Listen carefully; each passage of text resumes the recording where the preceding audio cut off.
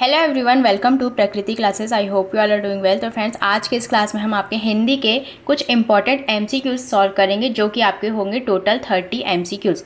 जो हमारी एमसीक्यूज की सीरीज़ चल रही थी, उसकी आज ये तीसरी क्लास होगी। और इसके पहले क्लासेस में हमने बहुत सारे PYQ सॉल्व किए थे, तो जिन्होंने भी वो सभी क्लासेस नहीं देखी वो जाकर ज़रूर देखिए। और ये जो आपकी MCQs की क्लासेस चल रही हैं वो आपके एग्ज़ाम के लिए बहुत ही इंपॉर्टेंट है, क्योंकि यहाँ से आपके एग्ज़ाम में इसी प्रकार के प्रश्न देखने को मिलते हैं। तो ये सभी क्वेश्चंस आपके लिए बहुत ही इंपॉर्टेंट, ये आपके शिक्षक वर्ग के सभी वर्गों के लिए इंपॉर्टेंट है। और साथ ही साथ जो आपका CG-TET अभी होने वाला है 23 जून को, उसके लिए भी इम्पॉर्टेंट है। और CTET और जो CG व्यापम में आपके विभिन्न प्रकार के एग्ज़ाम्स होते हैं, उनके लिए भी ये जो हिंदी की सीरीज़ है वो बहुत ही इम्पॉर्टेंट होने वाली है। और आप सभी को पता ही होगा कि जो शिक्षा मंत्री हैं, उन्होंने घोषणा की है कि 33,000 पोस्ट आने वाले हैं। तो अभी से आप अगर शिक्षक भर्ती की तैयारी करेंगे तो ये आपके लिए ही फ़ायदेमंद होगा। तो चलिए आज की इस क्लास को हम स्टार्ट करते हैं। जिन्होंने भी अभी तक हमारे चैनल को सब्सक्राइब नहीं किया, चैनल को सब्सक्राइब कर लीजिए और ज़्यादा से ज़्यादा आप इसे शेयर कीजिए, ताकि सभी को ये फ्री क्लासेस मिल सके। और लाइक कमेंट ज़रूर कीजिए। और जिन्होंने भी हमारे टेलीग्राम को ज्वाइन नहीं किया है, वो टेलीग्राम को ज्वाइन कर सकते हैं। इन सभी प्रकार की PDF आपको हमारे टेलीग्राम में मिल जाएंगी। तो चलिए आज की इस क्लास को हम स्टार्ट करते हैं। तो आज का सबसे पहला क्वेश्चन आप इसमें देख सकते हैं, म किस प्रकार का वर्ण है? दंतोष्ठ, अनुनासिक, ओष्ठ या दंत्य? तो आपका जो म है वो आपके ओष्ठ ध्वनि के अंतर्गत आती है, क्योंकि जो म का उच्चारण है वो आपके होठों से होती है, तो ओष्ठ ध्वनि के अंतर्गत ये आ जाएगी। और इसके साथ ही साथ आपके जितने भी प वर्ग हैं वो सभी आपके ओष्ठ वर्ण के अंतर्गत आते हैं। और इसमें आप दो वर्ण और याद रखेंगे, उ और उ। तो उ और उ भी आपके ओष्ठ वर्ण के अंतर्गत आते हैं। तो इन सभी का उच्चारण स्थान जो है वो ओष्ठ वर्ण के अंतर्गत आता है। तो इस प्रकार से इस क्वेश्चन का जो सही आंसर हो जाएगा वो हो जाएगा ओष्ठ। ऑप्शन नंबर C इसमें बिल्कुल सही हो जाएगा। अब नेक्स्ट क्वेश्चन आप इसमें देख सकते हैं, क्वेश्चन नंबर 2। उच्चारण स्थान के आधार पर हिंदी व्यंजनों को कितने वर्गों में रखा जाता है? निम्नलिखित में से सही विकल्प को चिन्हित कीजिए। 11, 9, 7 या 5। उच्चारण स्थान के आधार पर जो हिंदी व्यंजनों को कितने वर्गों में रखा गया, यह आपको बताना है। तो हिंदी व्यंजनों को जो रखा गया है जो उच्चारण के स्थान पर, तो उसे रखा गया है टोटल 9 वर्गों में। इसमें से आपके जो 9 वर्ग हैं वो आपके हो जाएंगे। सबसे पहले आपका आ जाएगा कंठ वर्ण। कंठ वर्ण के अंतर्गत आपके आ जाते हैं जितने भी आपके क वर्ग होते हैं वो सभी आ जाएंगे। और इसके अलावा इसमें आपका आ जाएगा अ, आ, ह और विसर्ग, ये आपके सभी कंठ वर्ण के अंतर्गत आते हैं। इसके बाद जो आपका आएगा वो आएगा आपका तालु।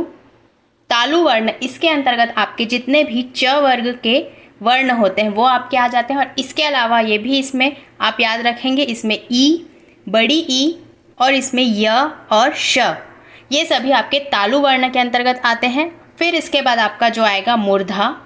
मूर्धा में आपके आ जाएंगे ट वर्ग, ट वर्ग आ जाते हैं। इसके अलावा आपका इसमें आ जाएगा री, ऋषि का री, और इसमें र और श भी आ जाते हैं, ये आपके मूर्धा वर्ग के अंतर्गत आएंगे। फिर जो नेक्स्ट है आपका वो आएगा आपका दंत वर्ग। जो आपका दंतव्य वर्ग है उसके अंतर्गत आपके जितने भी त वर्ग होते हैं वो सभी इसमें आ जाते हैं। इसके अलावा आपका इसमें आ जाएगा ल, स, ये जो है आपके ये दंतव्य वर्ग के अंतर्गत आएंगे। और उसके बाद आपका आएगा ओष्ठ वर्ण। ओष्ठ वर्ग के अंतर्गत आपके आ जाएंगे प वर्ग। जितने भी आपके प वर्ग हैं वो आपके ओष्ठ वर्ण के अंतर्गत आएंगे। उसके अलावा आपका उसमें आ जाएगा उ और बड़ा उ। ये हो गया आपके जो 5 हिंदी व्यंजन को इसमें बांटा गया है वो आपके हो गया। इसके अलावा आपके जो आते हैं नासिक वर्ण, नासिक के जो वर्ण होते हैं वो आपके आ जाएंगे। उसमें आपके आ जाते हैं अंगा, इया, न, न, म, ये सभी जो आपके हैं नासिक के वर्ण के अंतर्गत आते हैं। फिर आपका दूसरा आता है कंठोष्ठ वर्ण। कंठोष्ठ वर्ण के अंतर्गत आपके आ जाते हैं ओ और औ। फिर आपका नेक्स्ट आ जाएगा इसमें दंतोष्ठ वर्ण, इसके अंतर्गत आपके आ जाते हैं व। तो इस प्रकार से जो इन्हें बांटा गया है वो टोटल 9 प्रकार में बांटा गया है। तो यही ऑप्शन इसमें बिल्कुल सही हो जाएगा। तो इस प्रकार से आपको सभी वर्गों के बारे में पता होना चाहिए। किसी भी वर्ण से आपके एग्जाम में क्वेश्चन पूछे जाते हैं। अब नेक्स्ट क्वेश्चन आप इसमें देख सकते हैं, दिए गए शब्दों में शुद्ध वर्तनी का चयन कीजिए। इसमें से आपको जो अमावस्या है उसे आपको सही शुद्ध वर्तनी के रूप में आपको बताना है। तो जो अमावस्या है उसे लिखा जाता है इस प्रकार से। ऑप्शन नंबर डी इसमें बिल्कुल सही हो जाएगा। अब नेक्स्ट क्वेश्चन आप इसमें देख सकते हैं। जिस क्वेश्चन में एक्सप्लेनेशन की ज़रूरत होगी उसमें मैं बिल्कुल एक्सप्लेन करते हुए चलूँगी। तो नेक्स्ट आप इसमें देख सकते हैं, निम्नलिखित प्रश्न में 4 विकल्पों में से उस विकल्प का चयन करें जो शुद्ध शब्द का सही विकल्प है। इसमें आगंतुक जो शब्द है उसका आपको शुद्ध शब्द बताना है। तो इसमें जो आगंतुक है उसे इस प्रकार से लिखा जाएगा। ऑप्शन नंबर सी इसमें बिल्कुल सही हो जाएगा। अब नेक्स्ट है आपका क्वेश्चन नंबर 5। निम्नलिखित शब्दों में से भाववाचक संज्ञा ज्ञात कीजिए। पुस्तक, वाराणसी, सत्य या शेर। तो इसका जो सही आंसर हो जाएगा वो हो जाएगा ऑप्शन नंबर सी, सत्य। जो भाववाचक संज्ञा होती है उसमें किसी भी गुण, दोष, धर्म, इन सभी का जो बोध होता है वो आपका भाववाचक संज्ञा के अंतर्गत आता है। और जो सत्य है यह आपके किसी गुण को दर्शा रहा है। तो यही ऑप्शन इसमें बिल्कुल सही हो जाएगा।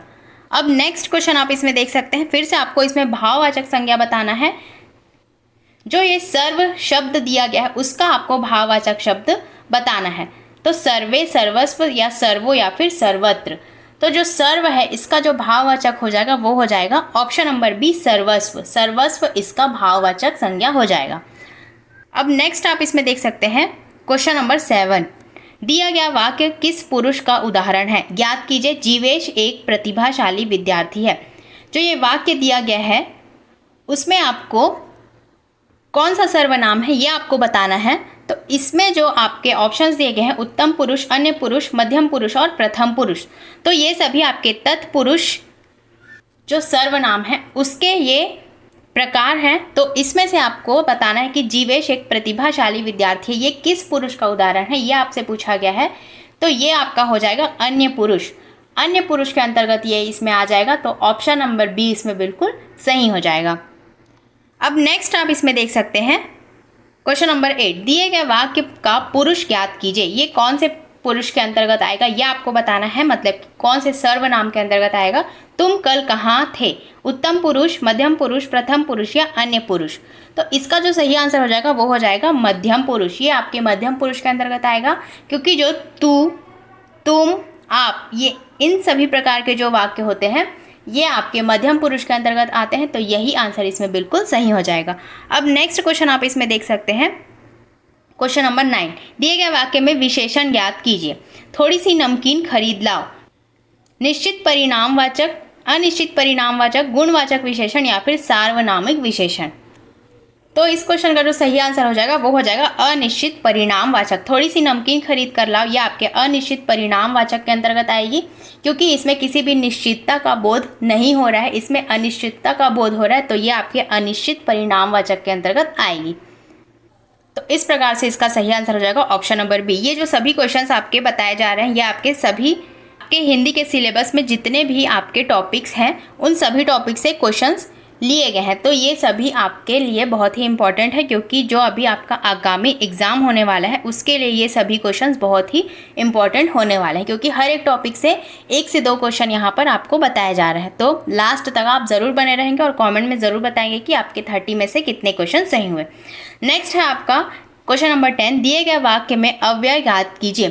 छत पर पक्षी बैठे हैं। संबंध बोधक, विस्मयादि बोधक, गुणवाचक क्रिया विशेषण या फिर समुच्चय बोधक। इसका जो सही आंसर हो जाएगा वो हो जाएगा संबंध बोधक। छत पर पक्षी बैठे हैं ये आपके संबंध बोधक अव्यय के अंतर्गत आते हैं। जो आपका संबंध बोधक अव्यय होता है वो होते हैं आपके जो शब्द होते हैं वो वाक्य में किसी संज्ञा या सर्वनाम, जो आपके संज्ञा या सर्वनाम होते हैं उनका जो संबंध अन्य शब्दों के साथ बताते हैं उसे ही आपका संबंध बोधक अव्यय कहा जाता है। जो छत है उस पर पक्षी बैठे ये एक संबद्धता को दर्शा रहा है, इसीलिए ये आपके संबंध बोधक अव्यय के अंतर्गत आएगा। इसीलिए ऑप्शन नंबर ए इसमें बिल्कुल सही हो जाएगा। अब नेक्स्ट है आपका क्वेश्चन नंबर 11। लड़के मैच 4 बजे से खेल रहे हैं। क्रिया का विस्तार क्या है? 4 बजे से मैच खेल रहे हैं या फिर लड़के। इसका जो सही आंसर हो जाएगा वो हो जाएगा 4 बजे से। क्रिया जो है आपकी 4 बजे से है, यही इसमें बिल्कुल सही हो जाएगा। नेक्स्ट है आपका क्वेश्चन नंबर 12। पतंग उड़ रही है। इस वाक्य में उड़ रही किस क्रिया का प्रकार है? प्रेरणार्थक क्रिया, सकर्मक, अकर्मक या फिर समापिका। इसका जो सही आंसर हो जाएगा वो हो जाएगा अकर्मक। जो पतंग उड़ रही है यह आपके अकर्मक क्रिया के अंतर्गत आएगी। अकर्मक क्रिया का मतलब होता है जिसमें, तो इसमें जो पतंग है ये आपका एक कर्ता हो जाएगा और जो उड़ने का कार्य हो रहा है वो पतंग के द्वारा ही किया जा रहा है, इसीलिए जो उड़ रही जो शब्द हो रहा है ये आपके अकर्मक क्रिया के अंतर्गत आएगा, क्योंकि इसमें कर्ता की ही प्रधानता होती है ना कि कर्म की। और जो कर्म की प्रधानता होती है ये आपके सकर्मक क्रिया में आती है, तो ये भी आप इसमें ध्यान रखेंगे। अगर आपसे अकर्मक पूछा जाए तो इसमें कर्ता की प्रधानता होती है और सकर्मक पूछा जाए तो इसमें कर्म की प्रधानता होती है। तो यही ऑप्शन इसमें बिल्कुल सही हो जाएगा, जो पतंग उड़ रही है आपके अकर्मक क्रिया के अंतर्गत आएगी। अब नेक्स्ट है आपका क्वेश्चन नंबर 13। दिए गए शब्द में वचन ज्ञात कीजिए। चाय में आपको वचन ज्ञात करना है, त्रिवचन, एक वचन, बहुवचन या द्विवचन। इसका सही आंसर हो जाएगा एक वचन। जो चाय है आपके एक वचन के अंतर्गत आती है, ऑप्शन नंबर बी ही इसमें बिल्कुल सही हो जाएगा। अब नेक्स्ट है आपका क्वेश्चन नंबर 14। क्वेश्चन नंबर 14 में आपका लिखा गया है, इसमें से आपको स्त्रीलिंग बताना है। जो मालिक है इसका स्त्रीलिंग क्या हो जाएगा? मलिकिन, मालकिन, मालकिन या फिर मालिकन। तो जो मालिक है उसका जो स्त्रीलिंग हो जाएगा वो हो जाएगा मालकिन। ये इसमें बिल्कुल सही हो जाएगा। जो मालिक है उसका जो स्त्रीलिंग हो जाएगा वो हो जाएगा मालकिन। तो ये आंसर इसमें बिल्कुल सही हो जाएगा। अब नेक्स्ट है आपका क्वेश्चन नंबर 15। निम्नलिखित प्रश्न में से 4 विकल्पों में से उस विकल्प का चयन करें जो कोष्ठक में दिए गए शब्द के अनुसार अव्यय के भेद का सही विकल्प हो। धन के बिना व्यवसाय चलाना कठिन है। इसमें से जो के बिना आपका लिखा गया है वो आपके किस अव्यय के अंतर्गत आता है, यह आपको बताना है। संबंध बोधक अव्यय, विस्मयादि बोधक अव्यय, क्रिया विशेषण अव्यय या फिर समुच्चय बोधक अव्यय। इसका जो सही आंसर हो जाएगा, जो के बिना है ये आपके संबंध बोधक अव्यय के अंतर्गत आएगा। तो यही आंसर इसमें बिल्कुल सही हो जाएगा। जो आपके के बिना है इसके जो आपका संबंध बोधक अव्यय है इसके अंतर्गत आपका आ जाता है जो के बिना है, मतलब कि इसमें का, के, की इस प्रकार के जो शब्द होते हैं वो आपके संबंध बोधक अव्यय के अंतर्गत आते हैं। इसके अलावा इसमें ने, को, से के लिए इस प्रकार के जो शब्द आपको अगर देखने को मिले तो ये आपके संबंध बोधक अव्यय के अंतर्गत आते हैं। तो इस प्रकार से आप इसे पहचान सकते हैं। अब नेक्स्ट है आपका क्वेश्चन नंबर 16। से आपको जो अव्यय के भेद का सही विकल्प मनुष्य पानी के बिना जीवित नहीं रह सकता, इसमें आपको कौन सा अव्यय है ये बताना है। क्रिया विशेषण अव्यय, समुच्चय बोधक अव्यय, संबंध बोधक अव्यय या फिर विस्मयादि बोधक अव्यय। आंसर हो जाएगा ये भी आपके संबंध बोधक अव्यय के अंतर्गत ही आएगा, क्योंकि के बिना यहाँ पर फिर से के का बोध हो रहा है, तो यही इसमें बिल्कुल संबंध बोधक अव्यय का बोध करा रहा है, तो इसीलिए यही आंसर इसमें बिल्कुल सही हो जाएगा। अब नेक्स्ट है आपका क्वेश्चन नंबर 17। दिए गए वाक्य में गंगा नदी गंगोत्री से उपयोग हुए कारक के रूप की पहचान कीजिए। गंगा नदी गंगोत्री से निकलती है। इसमें से आपको गंगा नदी गंगोत्री से निकलती ये कौन से कारक के अंतर्गत आएगी ये आपको बताना है। तो ये आपके आ जाएगी अपादान कारक के अंतर्गत। अपादान कारक इसमें बिल्कुल सही हो जाए, क्योंकि जो से यहाँ पर दिया गया है किसी को लगेगा कि ये करण कारक के अंतर्गत आएगा, लेकिन इसमें आपके गंगा नदी से गंगोत्री निकल रही, मतलब कि जिसमें अलगाव का बोध हो वो आपके अपादान के अंतर्गत आती है। इसीलिए ऑप्शन नंबर जो आपका अपादान है ये इसमें बिल्कुल सही हो जाएगा। अब नेक्स्ट है आपका क्वेश्चन नंबर 18। दिए गए वाक्य में कौन सा कारक है ये आपको बताना है। यह पुस्तक मेरी है। अधिकरण, संप्रदान, करण या संबंध। इसका जो सही आंसर हो जाएगा वो हो जाएगा संबंध कारक। ये आपके संबंध कारक के अंतर्गत आएगी, तो यही आंसर इसमें बिल्कुल सही हो जाएगा। अब नेक्स्ट क्वेश्चन आप इसमें देख सकते हैं, क्वेश्चन नंबर 19। दिए गए शब्दों का सही तत्सम तद्भव ज्ञात कीजिए। दृष्ट, ढीठ, चतवाल, चावल, कट, कंठ, उर्ण और। इसमें से आपको सही तत्सम तद्भव बताना है, तो ऑप्शन नंबर ए ही इसमें बिल्कुल सही हो जाएगा। धृष्ट और ढीठ जो है, ये जो आपका धृष्ट है ये आपके तत्सम के अंतर्गत आएगा और ढीठ आपके तद्भव के अंतर्गत आएगा। और जो आपका चावल है इसका जो तद्भव रूप हो जाएगा वो हो जाएगा तंदुल। तंदुल इसका तद्भव रूप हो जाएगा। और जो ऊन है उसका जो तद्भव रूप होगा वो हो जाएगा उर्ण। इस प्रकार से जो इसका सही आंसर हो जाएगा वो हो जाएगा ऑप्शन नंबर ए। अब नेक्स्ट है आपको इसमें से आपको देशज शब्द बताना है। फीता, मजबूर, उम्मीद या डोंगा। तो इसमें जो देशज शब्द हो जाएगा वो हो जाएगा डोंगा। डोंगा आपके देशज शब्द के अंतर्गत आएगा। ऑप्शन नंबर डी इसमें बिल्कुल सही हो जाएगा। वही आपका जो फीता है ये आपके पुर्तगाली के अंतर्गत आता है। मजबूर जो है ये आपके अरबी भाषा के अंतर्गत आएगी, अरबी भाषा के अंतर्गत। और जो उम्मीद है ये आपके फारसी भाषा के अंतर्गत आएगी। तो इस प्रकार से आपको सभी भाषाओं के बारे में पता होना चाहिए कि कौन सा शब्द किस भाषा के अंतर्गत आता है। इसी प्रकार से आपका जो देशज शब्द है वो आपके डोंगा के अंतर्गत आएंगे। अब नेक्स्ट है आपका क्वेश्चन नंबर 21। दिए गए शब्द का प्रत्यय ज्ञात कीजिए। आपको अब प्रत्यय बताना है। सुनार, सुनार का आपको प्रत्यय बताना है आर, नार, अर या र। तो जो सुनार है इसका जो प्रत्यय हो जाएगा वो हो जाएगा ऑप्शन नंबर ए। अगर आप इसे तोड़कर देखेंगे, जो सुनार है अगर इसे आप अलग अलग करके देखेंगे तो ये आपका हो जाएगा सोना, धन, आर। इसीलिए इसमें जो आर है यही इसका प्रत्यय हो जाएगा। तो ऑप्शन नंबर ए इसमें बिल्कुल सही हो जाएगा। जो प्रत्यय होता है वो अंत में जुड़कर किसी शब्द का रूप बदल देता है और जो आपके उपसर्ग होते हैं वो आपके शब्द के पहले जुड़ते हैं। तो ये भी आप इसमें ध्यान रखेंगे। अब नेक्स्ट आपके उपसर्ग से क्वेश्चन है। इसमें से आपको उपसर्ग से बने शब्द का सही विकल्प नहीं हो, जो नहीं है उसे आपको बताना है। मतलब कि इसमें से आपको उपसर्ग कौन सा नहीं है ये आपको बताना है। अवतार, प्रकृति, संभव या पवित्र। तो इसमें से आपका जो उपसर्ग नहीं है वो आपका हो जाएगा पवित्र। ऑप्शन नंबर डी इसमें बिल्कुल सही हो जाएगा। तो पवित्र है ये आपका एक प्रत्यय शब्द है। बाकी जो अवतार, प्रकृति और संभव ये सभी आपके उपसर्ग के अंतर्गत आते हैं। जो आपका प्रकृति है इसमें आपका प्र उपसर्ग है और फिर आपका जो संभव है इसमें आपका सम उपसर्ग है और अवतार में आपका अव जो है वो आपका उपसर्ग है। इसीलिए जो पवित्र है इसमें आपका इत्र लिया गया है तो ये आपके प्रत्यय के अंतर्गत आएगा। इसीलिए यही ऑप्शन इसमें बिल्कुल सही हो जाएगा। अब नेक्स्ट है आपका क्वेश्चन नंबर 23। निम्नलिखित शब्द युग्मों में से विलोमार्थी की दृष्टि से कौन सा सही नहीं है? सही नहीं है यह आपको बताना है। अतरंग, बहिरंग, अवनति, उन्नति, अनुराग, प्रेम या अधुनातन, पुरातन। इसका जो सही आंसर हो जाएगा जो विलोमार्थी की दृष्टि से सही नहीं है यह आपका हो जाएगा अनुराग और प्रेम। जो अनुराग है उसका जो विलोमार्थी शब्द होगा वो विराग हो जाएगा, ना कि प्रेम होगा। और जो प्रेम है वो अनुराग का समानार्थी शब्द है, ना कि विलोमार्थी शब्द। इसीलिए ये इसमें बिल्कुल सही हो जाएगा। और अतरंग का बहिरंग ये इसमें बिल्कुल सही है। अवनति का उन्नति ये भी इसमें सही है और अधुनातन और पुरातन ये भी इसमें बिल्कुल सही है। तो ऑप्शन नंबर सी ही इसमें बिल्कुल सही हो जाएगा, क्योंकि यही हमसे नेगेटिव पूछा गया है तो नेगेटिव ही हमारा इसमें सही हो जाएगा। नेक्स्ट है आपका क्वेश्चन नंबर 24। अल्पज्ञ का विलोमार्थी शब्द क्या है? विद्वान, मृदुभाषी, बहुज्ञ या सुविज्ञ।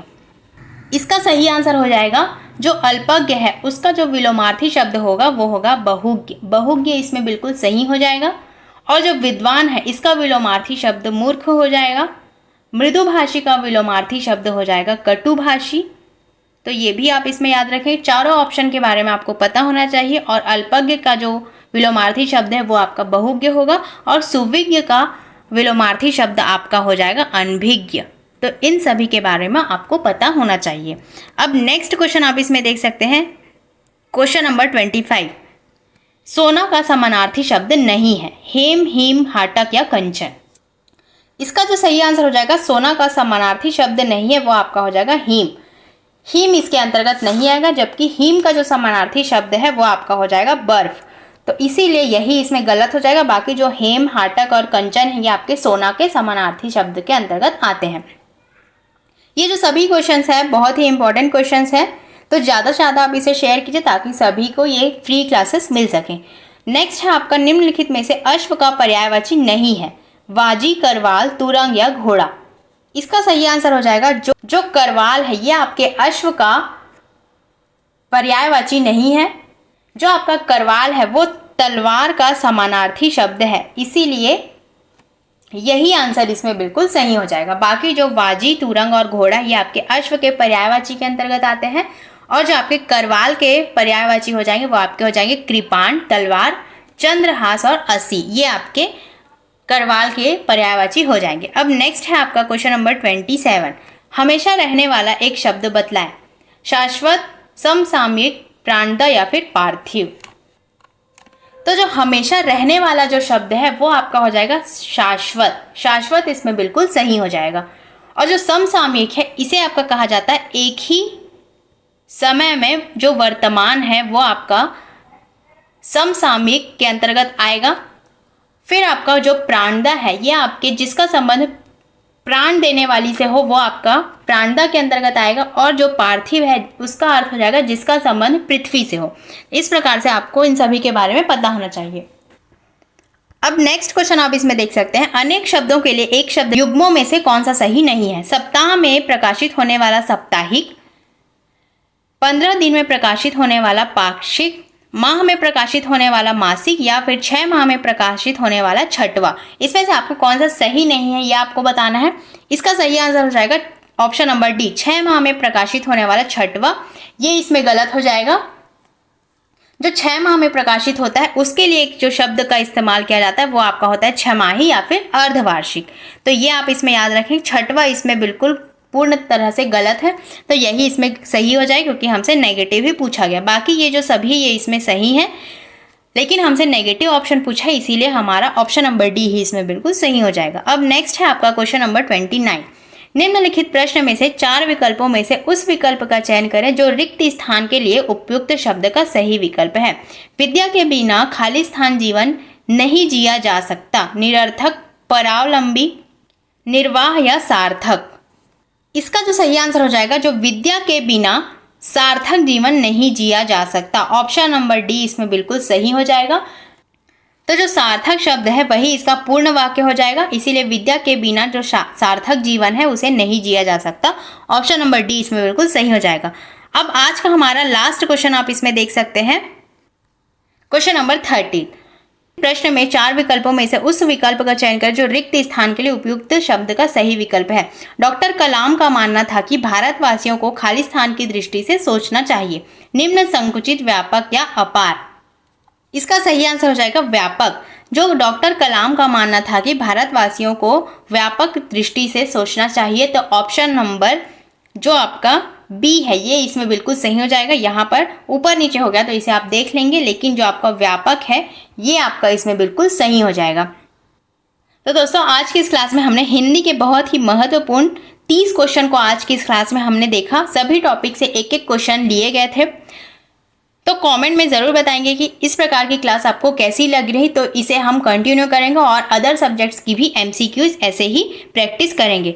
तो अगर इसी प्रकार से आपको MCQ सीरीज चाहिए अदर सब्जेक्ट्स की भी, तो कमेंट में ज़रूर बताएंगे, और आपको ये क्लास कैसी लगी ये भी ज़रूर बताएंगे, और कमेंट में ज़रूर बताएंगे कि आपके कितने क्वेश्चन सही हुए। तो ज़्यादा से ज़्यादा आप इसे शेयर कीजिए ताकि सभी को ये फ्री क्लासेस मिल सके, और जिन्होंने भी चैनल को सब्सक्राइब नहीं किया चैनल को सब्सक्राइब कर लीजिए, लाइक कमेंट ज़रूर कीजिए, और जिन्होंने भी अभी तक टेलीग्राम को ज्वाइन नहीं किया टेलीग्राम को भी ज्वाइन कर सकते हैं, लिंक आपको डिस्क्रिप्शन में मिल जाएगा। तो चलिए मिलते हैं नेक्स्ट क्लास में, तब तक के लिए thank you and take care.